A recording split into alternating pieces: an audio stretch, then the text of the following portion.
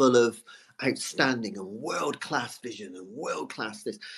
I'm a real leadership geek, honestly. I've spent my whole career reading books and chatting to people. I just find the whole thing and the announcement, the way it's been announced, bizarre. If you could move away from a model where teachers are so intensely focused.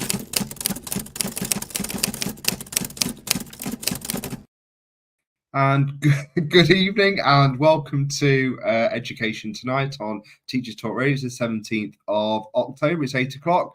And I did ask Brent to put us out of our misery and show us the hat, but I now know it's a big head rather than a hat. But is that your hat or is it? Yeah. Howdy. Is it howdy? Is it howdy? It is, yeah. I got this in the States.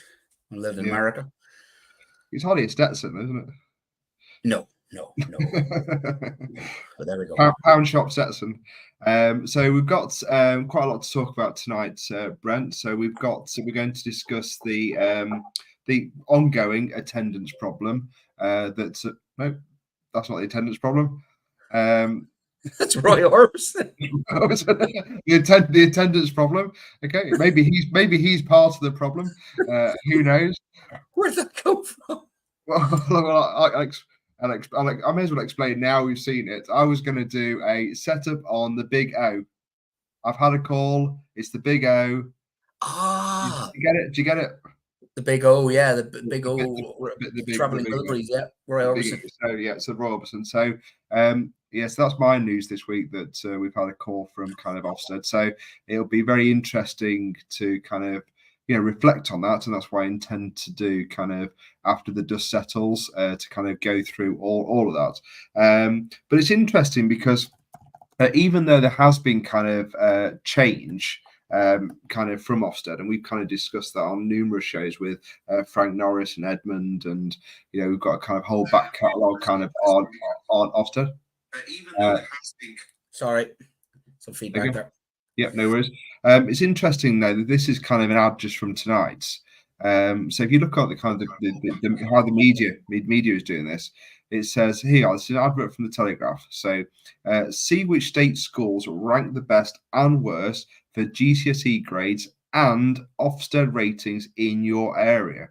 So societally, we're still kind of quite a long way away, I think, from a kind of ranking, kind of judging system that can be kind of quantified, then put in a kind of table for people to buy houses and choose schools and that type of thing. So I just thought that was kind of an interesting ad that literally popped up just for the show.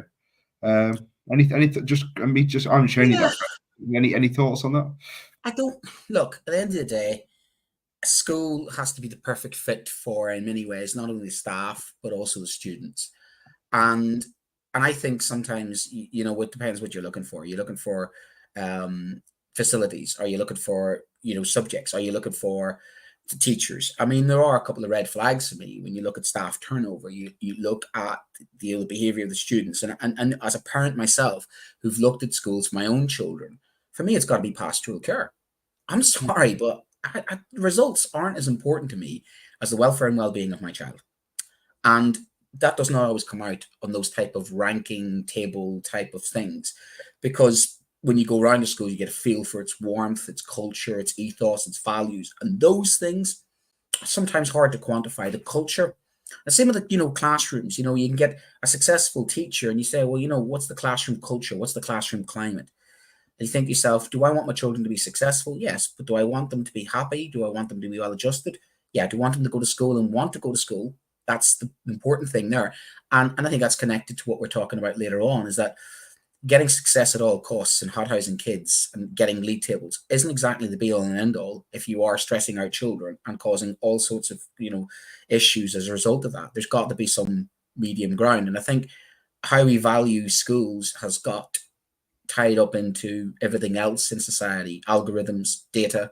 It's got cold, it's got clinical.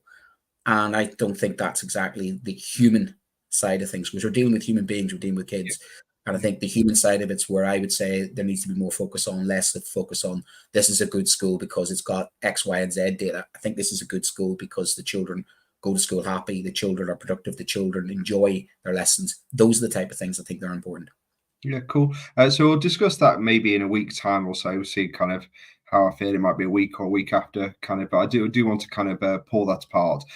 Before we kind of get into tonight's main topic, the attendance problem, I just want to say a quick hello to our sponsors, the people that kind of support us. So it's that time of the evening, Brent, that we say hello to John Catt. Hi, John. This show is brought to you in partnership with John Catt Educational, publishers of professional development books and resources that support great teaching and learning in schools around the world. Level up your professional development today. Visit johncattbookshop.com to explore the full range of titles. Use the code JCTTR2425 for 20% off your order. And Reading Solutions, the home of the Dreambox Reading Plus, the online reading development program. Create stronger readers in your school from Key Stage 2 and beyond using the Reading Plus's evidence-based adaptive technology. Reading Plus accurately assesses your students' skills gaps and places them on a personalized learning pathway built to accelerate their strengths and improve their areas for development. You can try the program with a free 4-hour pilot today. Search Reading Solutions UK to find their website and request a free demo. So we've kind of done, so thank you to our sponsors. We really appreciate your support. But we've gone along the, we've got an early kind of comment in from something you said already, Brent. Spot on, Brent. I stayed at my last school for 17 years because it was such a joy to teach there. I think we were both in that boat. I mean, I've become a bit nomadic over the last couple of years, but certainly for the first 14 years, I was in kind of one school. I think there is a real impact that you can make if it does work. It didn't quite work out for me, but if you can stay there, it's obviously there's high rewards within it. So if we just have a look at where we are now, so the current context, the attendance problem, we've got the headline facts and figures of the kind of dashboard that the government kind of puts together. So we can see there that overall absence, is at 6% at the minute. And if you remember, kind of back right at the end of the summer, we were up kind of 10%. Authorized absences at 4%, and we've got unauthorized absences at 2%. And you can see right at the bottom there, you can see it just broken down into type. 4.2 in funded primary schools, 6.8 in state-funded secondary schools, and I think this is kind of one of the shockers to me with this, Brent. 11.4% in state-funded special schools. So obviously, all data tells a story. So, what story do you pull out of that data? It's the pattern, isn't it? It's the fact that attendance is on the slide. There's a definite sort of anecdotally in my own sort of lifetime, when I think of attendance when I was at school, of getting 100% attendance 3 out of 5 years when I was at school, and I think attitudinally as well. I think there is the difference of generations of how they view school, the social contract of school. I think there is definitely patterns I've noticed in Fridays. There's a drop off on Fridays, drop off before half terms and the week after half terms. There seems to be less window where we can get really good productive time to get children to get good progress, because you lose the last week, because parents just say, right, last week of term, I'm taking the kid off to a holiday. And certainly I'm noticing patterns in my own practice, but even just in attitude. When I was absent at school, in the few occasions I brought a letter into my teacher to say, this is the reason why. Now there's, people ringing up parents lying, people covering it up. It's just like, what's going on? Like, I mean, attendance at school should be a massive priority and a parental sort of responsibility. And when did that drop off? Because obviously, as I remember, kind of that was a big thing, wasn't it? You had to take a note in from your parents, and then it became kind of, when I started my career, there used to be like a section in the personal organizer. That parents could write a kind of detailed note of what's going on. Are you saying that we've made it too easy for people to call in absent? Is that kind of the thread of call in absent and lie? Parents saying, that my child's sick today, and you're like, hold on a second here. they're having a duvet day, and even the kids give the game away. Here's the thing: kids give the game away and say, "Yeah, such and such was shopping yesterday," and you're like, "Okay, with who?"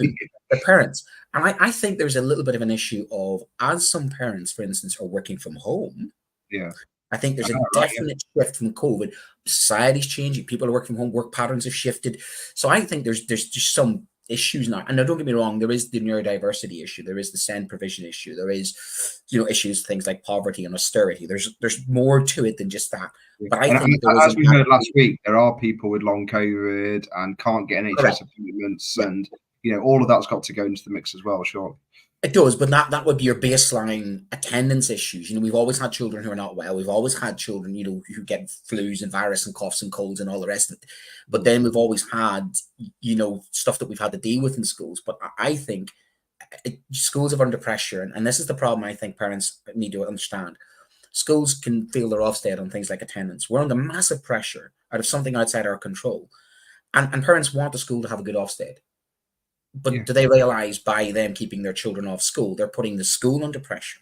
And of course, school responds like they do when it comes to behavior, with what some consider draconian measures and fining and everything else. Do they not realize that's a response to the pattern, what's is happening? We have to respond. We have to say there has to be a legal obligation for children to go to school. And that's just the way it is. But one of the things that upsets me is that if parents flagrantly say to their children, "Oh, don't worry, you don't need to go to school today," and then say to the children, "Oh, don't worry, I've sorted it out with school," rung up school and then said to school, "Oh, my child's not well," when they're all right.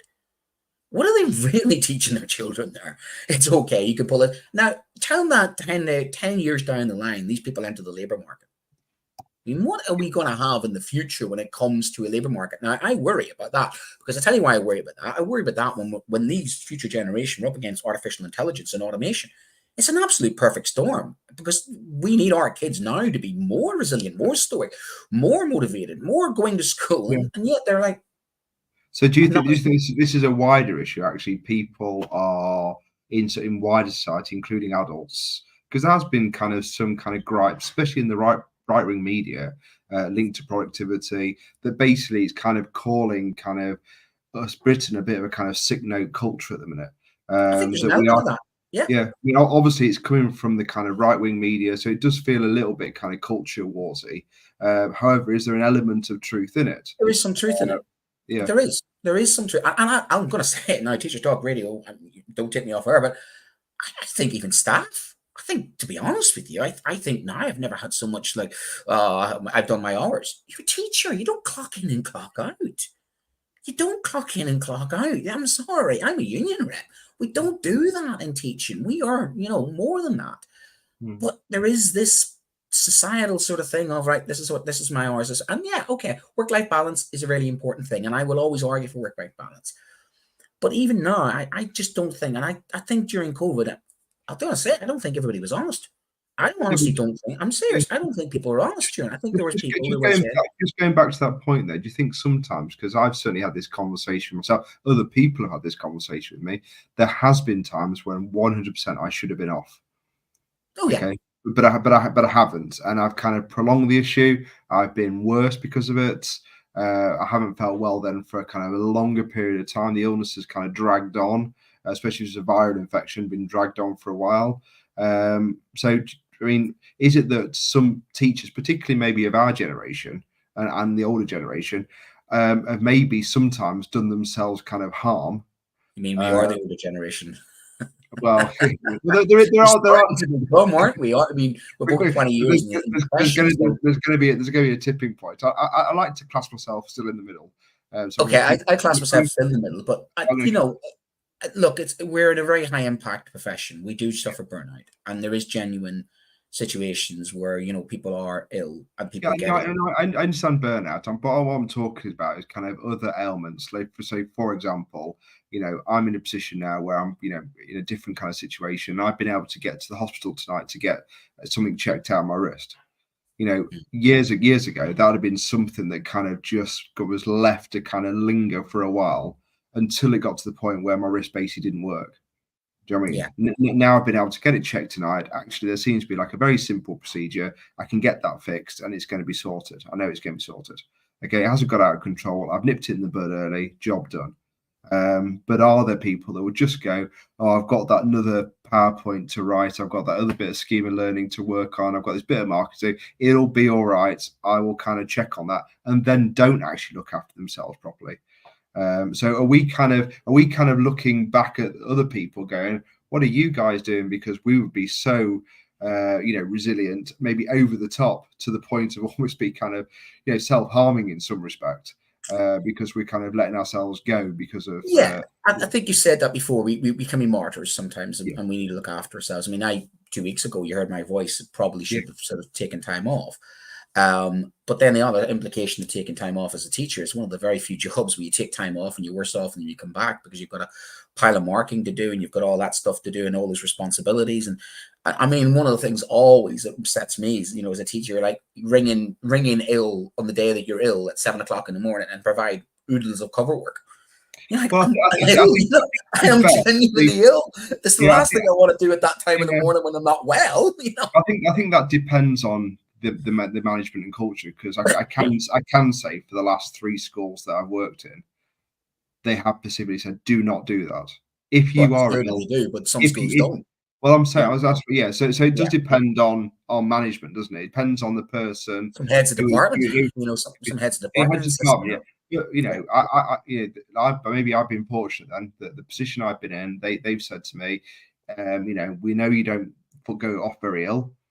I think that's also the key. If you're someone like me that maybe calls in sick once in a blue moon, if I'm ill, I'm ill. I'm not waking up at any time to do anything. But by the time I make that call, because I hate making that call, I really hate it. I can't do the sick voice. I can't do the I'm ill. I can't do any of that. I can't. You mean you do the Darth Vader, don't you? I can't do it. So I wonder if when we think of it, when we kind of assess illness, we're kind of looking at children going, "Oh, come on, you can do it." Whereas because of the way we were treated by our parents' generation was like, well, I had the comment from Mum, why don't you go into school and see how you get going? And their parents, don't get me wrong, there are still parents that do that, and there are still many parents who get what we're saying, and the bulk of parents are still with us. Let's be honest about that. The bulk of kids are fantastic, and the bulk of kids are dealing with a different set of issues. And you got to be careful of sort of generational sort of shaming, and we've got that from, as you say, from some sections of the media. But there is a grain of truth in it. There is an honest grain of truth in it. I think kids have just got clever at knowing that. Okay, if I pretend I'm not well, parents are going to basically wrap me up. I do think some parents have got a little bit mollycoddling and overprotective. And that comes from a nice, benevolent place. I get that. But there is a resilience problem and stoicism problem with our children sometimes. And that's not the children's fault. That is just how they've been brought up in a way of, I get kids saying to me, I've got a headache, and you think, do you really have a headache? Or the medical room. I told you about me going down into the medical room and clearing the medical room, going, I've got a first aid qualification. Let me see. And they look, showing me their finger, and I'm like, where is it? Oh, my finger's cut. And I'm like, where? And they're like showing me this finger, and I'm like, get out of the medical room. Go. Yeah. And they look at you just like, I'm like, go.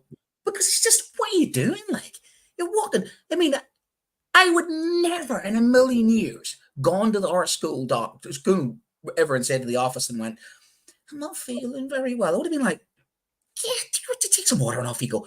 And I'm not saying that's healthier, but there is a culture now of just sometimes just get on with it. We think we are enabling it and it comes with kindness and benevolence. And I think as well, there are children play possum. They want to stay at home in their technology. And I think that's a game changer. I think the technology, the smart technology, the addictions that children have, addictions to computer games, the addictions to their phones, the addictions to social media, addictions to a lot of things. And I think that this attendance things corresponds with really, I think 2010, 2011 onwards, it's got worse. And that corresponds with social media, online gaming, online. And when I look at the children who are knackered, absolutely zombified, falling asleep in lessons, can't do a full day, and I go, either the generation of children we have here are physiologically different, genetically, physiologically different, or there is things going on in their lives which is knackering them out before they even get to school. And as a diet, is it attitude, is it lifestyle? It's just so many things, Adam, I think, come together. Yeah, well, we can see the impact. You can, I'm sure, kind of most people have seen these kind of graphics kind of floating around on social media or LinkedIn accounts. But it's interesting. I find it interesting. I had this conversation with you in the week. Is that you know, there was only one good when I was at school. That was 100%. It's interesting that 95% now is kind of classed as good. Now, again, is that us being more realistic with school, or is it actually, or is it kind of we've lowered the bar a little bit to kind of accommodate? So again, we can say, you know, it's a little bit like that thing about kind of giving awards out for 4th and 5th place in kind of sports. When I started, our average attendance was 96, 97. Was above 95. It's hovering around 91, 92. Yeah. Now, you could say, right, okay, that's what's happening there and all those things I'm talking about. But the bar has been lowered. The average has been lowered. The number of days children are going to school has been lowered. And what really concerns me is the contact time and the consistency. And really, this is the crux of the matter. The children who have the worst attendance, statistically speaking, are the disadvantaged, the pupil premium. Ironically, the ones who need to be in school the most. Yeah. And that compounds the disadvantage gap. If you go into any school and you say, show me the attendance records for your SEND, show me attendance records for your pupil premium, and if you show me attendance records for SEND kids who are pupil premium, and I guarantee you, hands on, they will have the worst attendance records. Now, some might say that's needs not been met. That might be other issues going on, but they are the children who need to be in school the most, and they are the children who traditionally have the worst attendance. It's a double hit. They need the school the most, and yet they're the ones who are in the least. But it's incredible if you kind of work that out. So 10 days, if you look at 95%, that's 10 days of absence. If in most schools they do like what, five lessons, hour-long lessons, so 5 lessons, that's 50 lessons. You know, all of a sudden that has a massive impact, doesn't it? So if you take in kind of like maths and English or something, that you have a lot of those lessons in a week, all of a sudden you've missed a massive chunk of the curriculum, haven't you? Just at 95%. There's another way of looking upon it. A child at 90% attendance is losing 10% of their school. 10% of their school is 1.2 years. Yeah. Now, again, a child is already behind. Now, you take a child who's maybe a young boy at GCSE. So take a child who's a boy at 15 doing his GCSEs. His brain is already behind a girl who's 16, a day older maybe. So you're talking about massive disadvantages to some children when it comes to attendance. It compounds already the gaps that exist there, especially in disadvantage, especially in pupil premium, especially in SEND, especially children who are youngest in the year. All of that filters into the reasons why, you know, we get judged as teachers. And Tom Rogers is right when he says this all the time. They're not our results, but yet somebody will sit down to me and say, could you explain to me these exam results? And I feel like saying, what do you want me to do? You know, ring the child up and give them a get out of bed call. I mean, the government was talking a couple of months ago about sending head teachers around in cars to pick up children. Come on. At what stage do we have to say that it's not my responsibility if a child comes to school or not? I can't not be responsible as a teacher for a child's attendance. And that is where I don't think schools are doing the best they can. And equally, what are they to do? You know, it's a hard one because you want children in school. I want to see children in school, but it's so frustrating when you are a teacher and that child is not there, and you know they come in a couple of days later and a different lesson. You've moved on, and that child's going to you, sir, I missed the last lesson. You think, okay, I'll give you that piece of work. What happens to their confidence? What happens to their skill learning? Well, that was the other thing as well. I remember kind of if we ever did miss a lesson, you know, we were sent in and we had like a little thing that we had to kind of fill in to hand in work to different teachers. I just want to kind of go through because I've got the dashboard from the government website, and hopefully we can share that with our viewers tonight. And if you listen to the podcast, well, you know, you should tune in live to to see these amazing videos, but amazing clips that we put up. But a bit of a plug for the kind of online on online view, because we do kind of put screens. If you are listening to us on the on Spotify, first of all, thank you. I didn't mean that, but obviously, if you tune on YouTube every Thursday night live, you can kind of see the visuals that we talk about. So I'll just do a little bit of kind of explaining, just in case people are listening to it back. So we've got the attendance and absence headline and reasons of the Department of Education kind of website. And what you can do with this website is you can actually kind of see at the bottom here, I'll just kind of just hover over here, you can see the reasons for absences in the latest week. So we've got 3%, this is total. So you can kind of have primary, secondary, special, or total. So I'll just come with total just to kind of give an overall figure. But we've got 3% illness, 0.3% medical or dental appointments. And again, this can be a really challenging one, can't it? Because, when can you get appointments? I had a conversation with a lad the other day who kind of got in trouble because we kind of shy away from dentist appointments, but he's actually going to the orthodontist. So I said, if you say the orthodontist, it kind of gives you a bit more kind of chance to kind of get the children have always done that, but that one's always been all throughout my career. We've had children had those medical or normal appointments. They've never really reached a critical mass. However, I take your point with the NHS in full retreat and social services in full retreat. Obviously, getting an appointment becomes even more important. And is there more pressure now to go during non-peak hours? And non-peak hours would be school hours. So it's a really good point. It'd be interesting to study there to see how many more medical appointments there are as a result of how busy our services are. I think that's a good point. Yeah, it's a really good point. But it's interesting, kind of unauthorized absences. We've got holidays there, and this is kind of an interesting one. There is, even at this stage in the year, really, where I don't think we don't see that many people kind of go on holiday. Maybe next week that might pop up a little bit. It's maybe worth kind of revisiting that one next week as we come to half term, who kind of nips off on the holidays a little bit earlier. But there were a few who come back late from holidays in early September. You do get the odd don't you straggler who's taking a late holiday or early September holidays. So you do get that and actually filtering into the start of term. Yeah, I will say that, I mean, again, it'll be really interesting data to look at kind of over time, and especially the impact of the fines on parents, whether that is actually having an impact, or are parents just kind of baking it into their kind of holidays as a cost, as a kind of a cost benefit analysis. They're thinking, well, 100 quid fine to the school. If I do get fined, we'll just pay that, and it's kind of a part of the issue that we're going to have. The local newspapers, which sometimes I comment on, the live versions, which are sometimes bin fires when it comes to winding people up, in a sense, they do clickbait stuff. But when you see that about fines for teachers, I do follow the threads to see what parents are saying, unscripted and pretty much off unleashed.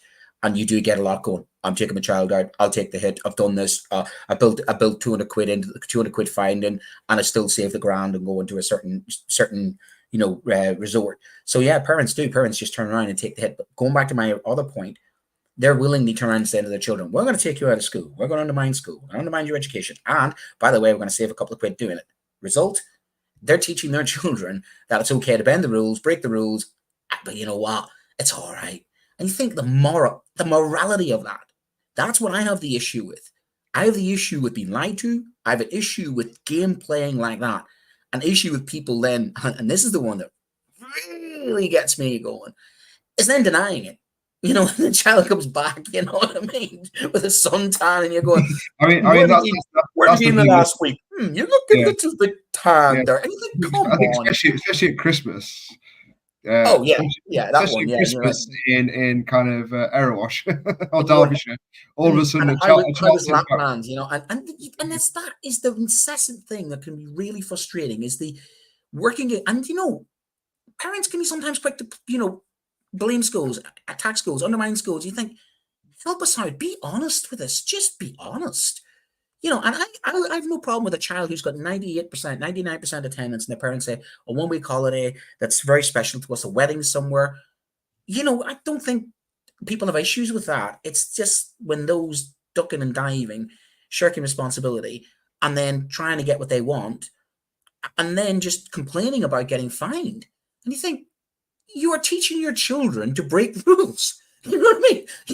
And say, don't worry, I speed camera, don't worry, you can do 45 in a 30-mile-an-hour zone. Just take the couple of penalty points and the fine. It's not a big thing. I mean, what is the morality that's where they're teaching their children, and it's all right to break and bend the rules? You're sure, yeah.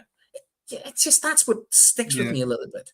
I mean, if you look there, that data from Sky News, I know this is an old site, but 2000 in August, this is the end of the summer holidays.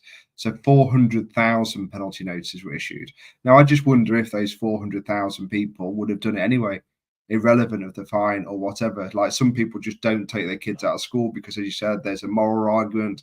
They want their kids to be in school. They kind of understand the power of education, etc. They're just not going to do it, whether there's a fine or not. I just wonder if they took away the fine, would it make any difference? Would it have that impact on those families anyway? I think you could double that. Although there's a part of me that is unhappy about it. There's another part of me that goes, a hard-working family who have got very little time, they're time poor, they're working multiple jobs, there's a cost of living crisis, and here comes the school on top of the uniforms, on top of the food, on top of the buses, in a cost of living crisis, and the food, the school is fining those parents. And I think there is sometimes a case to be made of a parent saying, look, this is our situation, this is where we're at, can we take our child out of school? And then a reasonable head teacher saying, okay, your child's got brilliant attendance, we will allow for that. I can understand that. I can understand that, and I can understand why some parents do it. I can sympathize, but here's the kicker. Do you know what I feel like next week? I feel like just taking my two children off. Shall I just phone in sick for the week and just go off and go? And what would I say to parents if I turn around and say, you know what, I'm taking my two children out? Sod your children. I'm going to look after my children and my family, and I'm going to do the best for my family, and I'm going to put my family first, and I'm going to take my children to a bespoke movie holiday and save a fortune, because I, as a teacher, have to suffer the same thing when it comes to turn time. How would that go down? And then I would lie to the school. I lied to my employer, I lied to school and said, oh, no, I didn't take my children out. I wonder if that is happening. That is the scenario. The parent is happy not lying or misleading their employer. So therefore, it doesn't matter about. What, you think they're actually turning around and saying, no, we're not well, but they're off. I mean, I don't know. I just wonder if that whole kind of code's been broken in that family. That actually kind of no one really cares about kind of. Well, maybe they don't tell it as a lie. Maybe they kind of justify it in a kind of rounded way about, family time, well-being, and actually this is kind of really important to us. What I will say is, and there is a parental argument to be had on this. Teacher strikes, we undermined it. The last week of term, sure, well, we're just watching videos anyway. Yeah. The one that always drives me doolally is if parents think we have a day off. Well, the teachers, they have these inset days. Oh, really? And do you think, what are we doing on inset days? They're the most misunderstood thing in education. People just think, we go for a day off. We're actually sitting in a room sometime, pulling our hair out, going, whatever hair we have left. And then saying, I'm sitting doing safeguarding training. I'm sitting doing this training, that training, this training. So isn't it sort of...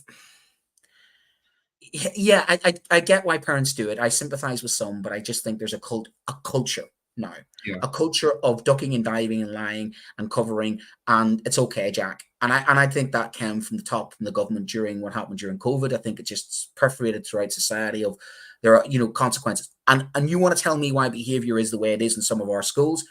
I will tell you that it is the attitude of, well, yeah, they're just rules. And I think this is another branch of that culture that's come in, which is basically do what we want. Sure, what are you going to do about it?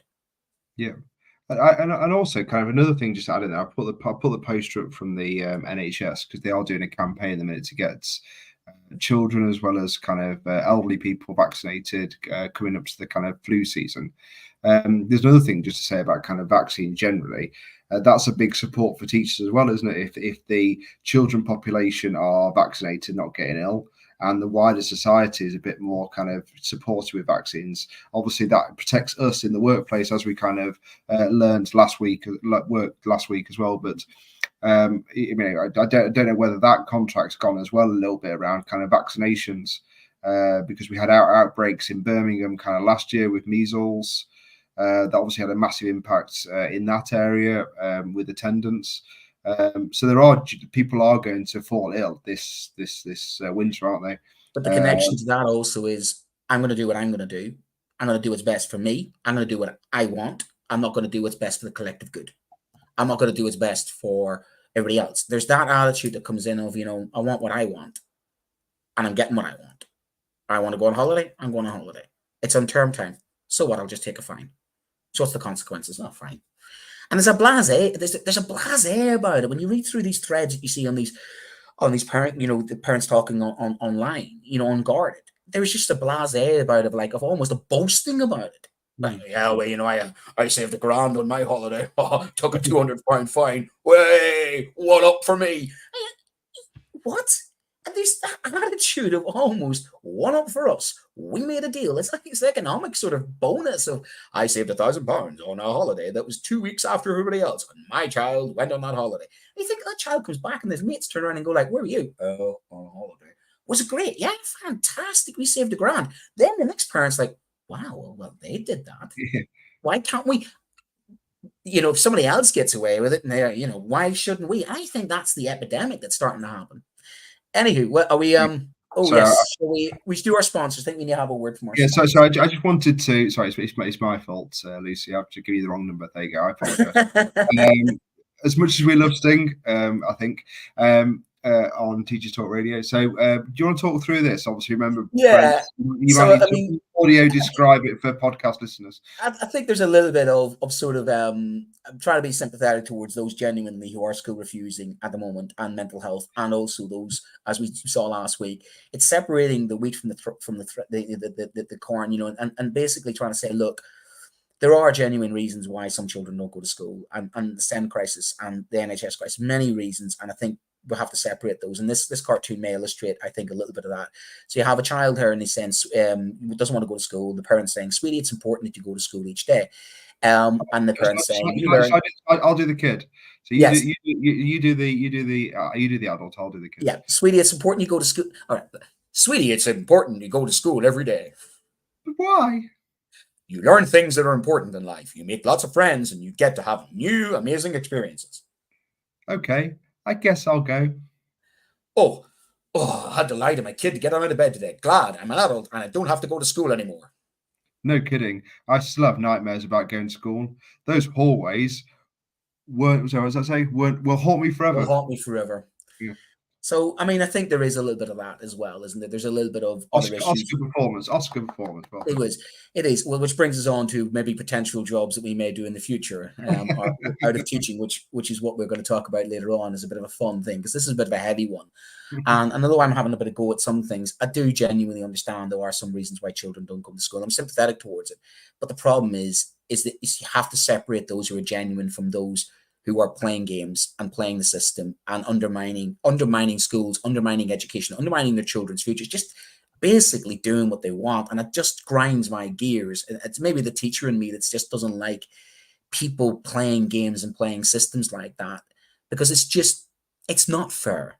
It's not fair on the children, it's not fair on the teachers, and it's not fair on many aspects of it. Just because you can get away with something or you can game the system doesn't mean you morally do that. And I think there's the way that 57% of parents surveyed said they would take the fine and still take their children out of school really concerns me, because that concerns me for the support that they're giving, not only education, but their children's future. And that something's happening to the social contract about schools, education, the values about education in this country. And that is, for me, as a canary in the coal mine, when you have parents who are saying, I'm willingly taking my child out of school, I'll take the fine for that. And they're happy to break and bend the rules to get what they want and undermine education.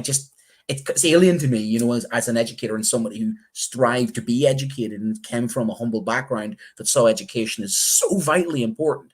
I just can't understand how education is now seen to be less important, because I think it's, of course I'm biased when I say it, one of the most vital things that children have to get. It's also important to say, that after all this absence, we've got 94% of students that are, turning in kind of very regularly to school as well. Right, so we're going to part that section. I no doubt we'll come back to that more and more times as well. It'd be good to actually a regular update, wouldn't it? Almost a bit like the COVID announcements, the actual kind of attendance. We could do Next graph, please. Yeah, we could do a kind of weekly kind of update, couldn't we, on that app? So we're just going to pause for a moment while we just say hello to our sponsors for tonight. This show is brought to you in partnership with John Catt Educational, publishers of professional development books and resources that support great teaching and learning in schools around the world. John Catt have an exceptional collection of book titles that cover a range of educational topics, ideas and research. The books are aimed at forward-thinking schools and support best practice teaching for both primary and secondary education.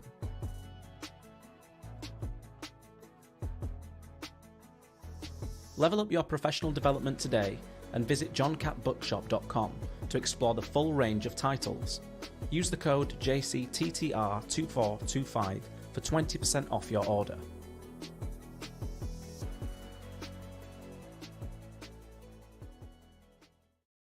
Introducing Reading Solutions UK, home to Dreambox Reading Plus, the online reading development programme, improving outcomes for students and schools nationwide. Create stronger readers in your school from Key Stage 2 to beyond GCSE, using Reading Plus's evidence-based adaptive technology. Reading Plus accurately assesses your students' skills gaps and places them on a personalised learning pathway, built to accelerate their strengths and improve on their areas for development. You can try the programme with a free 4-week pilot today. Search Reading Solutions UK to find their website and request your free pilot today.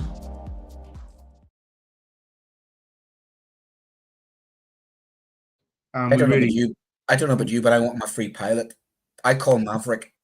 You just want a pilot. I want a free pilot. Look, Reading Solution says you get a free pilot, so I'll take Maverick. You can be my goose. Yeah, how many pilots now? Thinking, hang on a minute, have I signed up for this? Just being distributed around the country. The country. You're a bit of an Iceman, actually. I think you're more of a Val Kilmer Iceman, aren't you? I'll take it. I don't think I've ever watched. I don't think it's one of those films that kind of people talk about. Where I don't think I've actually fully watched. Never watched Top Gun? No, I don't think I have. And that kind of, there was like a kind of those kind of films around. What was the other one? Is it Cocktail? Oh, Cocktails. Yeah, I don't think I kind of went down that kind of world. But yeah, I did. I'm such an 80s VCR guy. I had all those movies in VCR and watched them religiously, so I can give you the scripts, give you the Cognan's Law. Yeah, I love my movies like that. Yeah. Which brings us, are we doing our fun story? I think we should say anyway. Thanks, Reading Solutions UK. Anyway. Thank you, Reading Solutions, and we're doing it in jest, but we really do appreciate. We do, yes, we do. Thank you, Reading Solutions. Second story is about tonight, kind of about responsibility, isn't it? Again, really, yeah. kind of two things are kind of linked. Really thinking about the kind of parents and the kids' responsibility, and kind of our responsibilities as well as teachers. Let's not take us out of it. We do have responsibilities here that we do need to kind of uphold. So we kind of put a kind of little list together, didn't we? So what do you want to do? Do you want to start? Meaning we've done attendance, I think, a little bit. I think kind of the next big thing would be something like home learning or homework or independent learning. Yeah, so we're sort of suggesting, right, what percentage, would be, you've got parent, you've got teacher, you've got pupil. So you say, right, what percentage of responsibility would attendance be for parent, teacher, and pupil? And I think, honestly speaking, 6% parent, 30% child, 20% school, maybe 20% teacher. Does that work out? No. 60? Well, 60, 20. 20, yeah. Yeah. I think the bulk of it has to be, until that child is of age, the parental responsibility is, and I think that is the same when it comes to equipment. So let's do equipment. So bringing equipment to school. So is that one done then? So that's attendance. So attendance, yeah. Well, what you tell me? What do you think? So 60, attendance is 60. So remind me again the start. So 60 parent, 20 the pupil, and then 20 the school, not the teacher, but 20% the school. Yeah, to support and kind of guide and that type of thing. But ultimately, kind of, I guess as a parent, I think that my responsibility certainly would be that I'd be leading the responsibility of getting my child to school. I'd be leading the responsibility of informing the school if there was a problem, and that my child couldn't come into school. And I think I would be leading the responsibility with my own children to make sure they've caught up work that they've missed. So I think I would go slightly high. I think I kind of go more to 70-80% with the parent there. Parent. Yeah, Well, because I think ultimately, kind of, I am, I made a choice, didn't I? Or me and my wife made a choice, and that's our child. These are our children. I'm very grateful for the support the school gives us, and any support they can give us is great. But ultimately, I believe, I'm going to provide as much support as I can. If I can't, I'm then still going to lead on me trying to find a solution, and that might involve a professional, a teacher, someone else, a medical person. It could be a doctor, but I'm going to ultimately be leading that situation. I suppose what the school have got responsibility for is obviously the curriculum, the learning, accessing the learning, meeting the needs of the learner, the pastoral side of things, the bullying, the cyberbullying, some of the safety in the school grounds. So we've got that when they're under our care, and are they productive? Are they doing well? What's going on with, especially we know that, don't we? Because as soon as they pass the threshold, there is there's a legal responsibility then when my child is beyond the school gates to then that kind of to switch a little bit, and actually the school becomes much more responsible. Yeah. During that time, they do literally become the parent, don't they? In that respect. You take the number of hours in a year and the number of hours children are in school. They're in school 190 days. That's if they're let's go back to attendance. If they have average attendance. So 190 days by 6 or 7 hours. The rest of the time, they're not our responsibility. So the bulk of the time, they are the parents' responsibility and their own as well. I suppose what you'd do is you'd say maybe as the child gets older, I think that responsibility of parents starts to shift. So your year 10, year 11s, I think your percentage would start to change. I think you're lower down and in primary school would definitely be more the parent. I think as the child gets older, I think they need to take more responsibility. Yeah, and absolutely. And because I've spent most of my career kind of teaching sixth form and post 16, and now I'm in FE, that's what we really try and nurture at that point. That's got to be 40-40 between the parent and the student. Well, yeah, the conversations I'm having in tutorials and one-to-ones is I'm having a conversation of like, well, what have you done? Kind of the emphasis is going back to the student at that point, not a child anymore, a student, a learner, and saying, well, just tell me what you've done so far. And the answer, it shouldn't be nothing, should it really? On that, if it is nothing, we can give guidance and we can support. Okay, but the kind of the leading role, kind of as you said, comes more and more from the student. Yeah. And that's growing up, isn't it? That's being professional. That's being work ready. That's taking responsibility. That's being a young adult. That's maturing. That's taking ownership. That's not my fault. How about homework? I'm going to start with homework and say that homework is 30, 33, 33, 33. I think homework should be a three-way split. I think parents have an obligation to make sure their children are doing homework when they're at home. I think children have an obligation to do their homework and inform parents that they've got homework.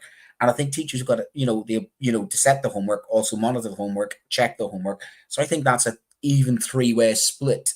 Yeah, I think homework is a challenging one because I've seen it on both sides. I've seen it from a parent's point of view as it kind of all dumps in on a Friday night, thinking that's not good. Why has a teacher just forgot how to do all that? That's inappropriate use of homework, isn't it? And sometimes I do think sometimes like a school has a policy on homework where they're just sending stuff out just to tick a box. And actually, is it relevant to do homework at this stage? Is it just that you just fill in the time so every subject has an hour? Or actually, is it the conversations just covered? Like my daughter's doing some work around the kind of British Empire at the minute. Obviously, we've got kind of a mixed heritage kind of family. We want to have that conversation. So her teacher's given her a bit more stuff. Yeah. So we want to explore that more as a family. So, it depends kind of, again, homework should be kind of, or independent learning, whatever you want to call it, out of classroom learning should be more independent anyway. It should be kind of you think more on the student there rather than well, I think it's got to be negotiated. I think it depends on the learner. So it depends on the culture as they've kind of grown up. Are they naturally inquisitive people anyway? And therefore they're going to find things out and want to kind of discuss things. Therefore, it moves away from this kind of forced homework. And here, this might be unpopular, but I think that actually for some students, it might be that they don't just sit there. Like sometimes my daughter is just doing a kind of, a random quiz in music, just so music can tick the homework box. So homework's been set by music. That's what I'm saying. It's got to be some responsibility of the school to make sure the homework's appropriate and not just. I would rather her, meaning she wants to kind of find some pictures of her kind of family heritage, is have to use that time on a Saturday morning to go and do that properly. Yeah. And I can support her with that rather than her getting stressed that she might get a detention for. But that's why I think it's a three-way split, because she's not taking a picture of a piece of food. But you support the child does the work and involves the parent, because I think the most powerful homeworks are when the parent's engaged. I mean, not when you talk about why aren't children engaging in reading? Well, because parents assume when children get a certain age, it's okay, you go off and read. Whereas the most powerful thing to do is to read with your children, isn't it? Even now, so we're having this. So my daughter's 11 and 13. We're still having that conversation now. In fact, I almost joked the other day that if you don't settle down and do some reading tonight, because they were just messing around upstairs, I'm going to go back to almost like putting you to bed. And sit there in your room while you do some reading, if that's what I need. I remember my homeworks at the dinner table, doing my homeworks with my mother and her engaging with me back and forward. What are you learning, son? Absolutely. One of the most frustrating things with my young children is like, what'd you do at school today? Nothing. You really need almost a brain probe to go, let me see. And I go, let me see your book then. And as soon as I say, can I see your book? Oh, okay. And then they offload of what they've done. They just, sometimes you have to sort of spend the time to sort of cross-reference and almost interrogate your child of like, have you got homework? Have you done this? And you literally, and then when you engage with them, you're like, and sometimes she comes home and says, Dad, I did some history today. And it's like, I've learned this. Do you know this? And do you know that? And that makes my evening, that my child's coming home and actually saying, I've learned this at school today, Daddy. And you go, yeah. And I don't think a lot of children get that sometimes because of the way we've talked before about there's a huge disparity between kind of poorer families here where they are working kind of long hours, and and survival is absolutely kind of key. And I 100% empathize with that kind of situation. I know that happens up and down the country, and you can kind of almost plot it on a map, can't you? Where the big issues are in the kind of country around kind of gig hours, 0 hours contracts. On to equipment. Equipment. Now, I'm going to say this with equipment. I'm going to be controversial and say equipment is 50% the student, 40% the parent, and 10% the school. I think the child really should be kind of leading the fact that they haven't got equipment. But again, I will go. Not good pen, sir. I'll go back to. You got a smartphone. Get a pen.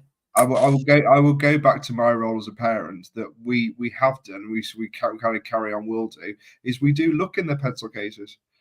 We do see what's in there, and we kind of get them sometimes to get them out on the table and see the kind of state that they're in. We kind of do. My wife's very good at doing like an audit check. let's have a look at what we it's coming up to half term. What have we got? Do you know what I mean? This pencil is not regulation size any longer. Like a bit of a kind of audit check. I'm not too good at it. I wouldn't know. I'm not going in the bags, but I check my tutor group every morning now. Yeah. Pen, pencil, ruler, calculator, and I will give them equipment. But I give them equipment on the premise that they look after that and they give me that pen back so I can give it to somebody else. And I've noticed that, for instance, students forget tie. Give me your smartphone. That gets put in a safe. There's your tie.